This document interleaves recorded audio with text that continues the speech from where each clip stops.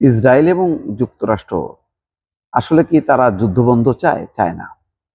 ইরানও বুঝে গেছে। এজন্য বলছে যে যুক্তরাষ্ট্রের সঙ্গে আলোচনা নয়, দীর্ঘ যুদ্ধের জন্য প্রস্তুত ইরান।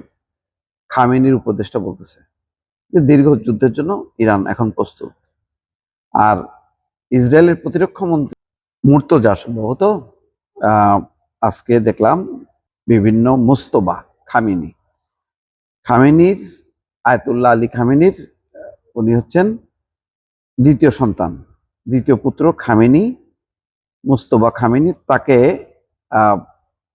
উত্তরসূরি হিসেবে অর্থাৎ খামেনির স্থলাভিষিক্ত হবেন, অর্থাৎ সর্বোচ্চ ধর্মীয় নেতা, প্রধান পদ, যার হাতে সাংবিধানিক ক্ষমতা, যার হাতে এই যে আইআরজিসি, যে রেভলিউশনারি গার্ড কোর বাহিনী, সর্বাধুনিক বাহিনীর সর্বাধিনায়ক তিনি।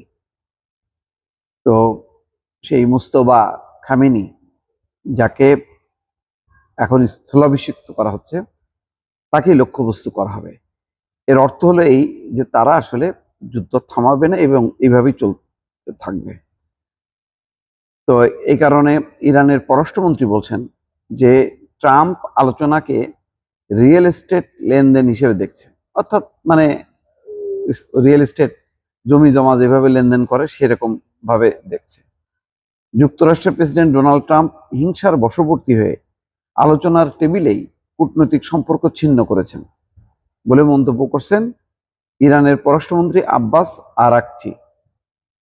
যেখানে আলোচনা শেষ হয়নি, একদম যবনিকাপাত হয়নি, সেখানে আলোচনার টেবিলেই কূটনৈতিক সম্পর্ক ছিন্ন করে ফেলছে, যেভাবে সেখান থেকে বের হয়ে যে হামলা চালাইছে। সামাজিক যোগাযোগ মাধ্যমে আরাকচি লিখছেন, পারমাণবিক আলোচনার মতো জটিল বিষয়কে যখন কোনো রিয়েল এস্টেট ব্যবসার অর্থাৎ জমি কেনা বেচার মতো দেখা হয় এবং বড় বড় মিথ্যা যখন বাস্তবতাকে আড়াল করে ফেলা হয়, তখন অবাস্তব প্রত্যাশাগুলো কখনোই পূরণ হয় না। লেবাননে আবার বিমান হামলা শুরু করছে ইসরায়েল। লেবাননে পাইছে, লেবাননের সেই সক্ষমতা নেই যে ইসরায়েলের বিমান হামলার জবাব দেবে। সুতরাং ঘুরে ফিরে ওই হিজবুল্লাহ নাম করে এখন লেবাননকে গোড়ায় দিচ্ছে। তো এর মধ্যে যিনি খামেনির স্থলাভিষিক্ত হবেন তাকে লক্ষ্যবস্তু করা হবে। কি বলছেন? যে ইরানের এই সন্ত্রাসী সরকার যাকে পরবর্তী নেতা বেছে নিক না কেন, যদি তাদের লক্ষ্য হয় ইসরায়েল ধ্বংস করা, যুক্তরাষ্ট্র বা মুক্ত বিশ্বকে হুমকি দেওয়া কিংবা ইরানের জনগণকে দমন করা, তবে সেই ব্যক্তি যেখানেই লুকিয়ে থাকুক না কেন তাকে লক্ষ্যবস্তু করে নির্মূল করা হবে। যুক্তরাষ্ট্র এবং ইসরায়েল শনিবার প্রথম দিনেই তাদের আক্রমণে নিহত হয় আয়াতুল্লাহ খামেনি। তার মানে এইসব মনোভাবের মধ্য দিয়ে পরিষ্কার যে যুক্তরাষ্ট্র চাপের মধ্যে পড়লেও আভ্যন্তরীণভাবে এবং আন্তর্জাতিকভাবে ইসরায়েল সবকিছু ধরাছোঁয়ার বাইরে, এবং বাকি কাজটা যুক্তরাষ্ট্র ইসরায়েলকে দিয়ে করাবে।